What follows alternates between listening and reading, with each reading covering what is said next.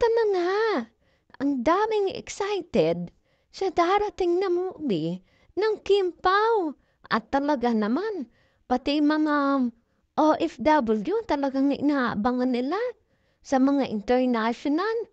Grabe, sigurado talaga kikita to ng gusto kasi sa dami ng Kim Pao fans. Grabe, no? Taga na kasi natin itong inaabangan. Noon pa to, last year pa natin ito inaabangan. At ngayon, sigurado sure na talaga. Matutuloy na siya at showing na siya sa March 26. Yan ang sinigurado talaga ni Kim Chiu, sinasabi niya siya. Sa loob po ng panunungkulan ng Pangulong Marcos, magmula noong June 30 ng 2022 hanggang ngayon, ito ang pinakamabilis na bagsak. Nilang pareho. So, magmula sa excellent, yan, di ba? High, ayan. And then, tawag ka rito, yung isa pang level. And ngayon po, nasa moderate. Ang next niyan, low na, mababa na. So dito ho talaga maaari nating sabihin, kasi ako naniniwala ko sa sino man pong presidente ng Pilipinas o anuman pong matataas na posisyon sa gobyerno, they have the capability and resources to conduct monthly survey practically. Nagsasurvey yan sila. May sarili silang survey firm actually. Opo, at buwan-buwan alam nila yung trust at approval ratings nila.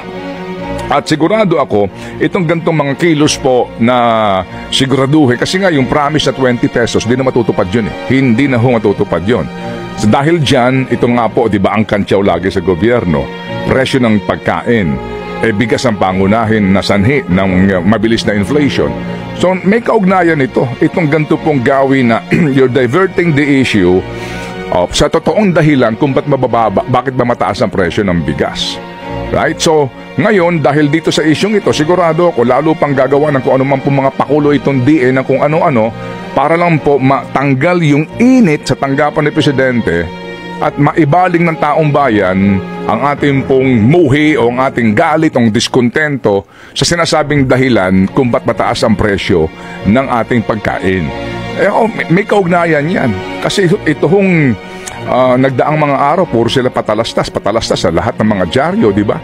Yung doon mo na mapapansin yung galaw ng gobyerno, mukhang nakakaramdam sila na bumababa po yung trust and approval ratings.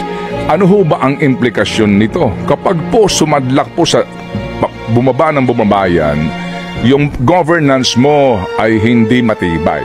Nangyari ang panahon ni Gloria Arroyo na talagang negative na ho yung kanyang trust ratings and approval ratings noon. Kaya lagi siyang aligaga, di ba? Na baka may mga nagtatangka sa kung ano-ano. Hindi magandang pangitain po yan sa isang nakaupong presidente. But again, mga kapatid, wala naman tayong gusto rin pong mangyari kung hindi nga gumanda ang buhay ng mga Pilipino, di po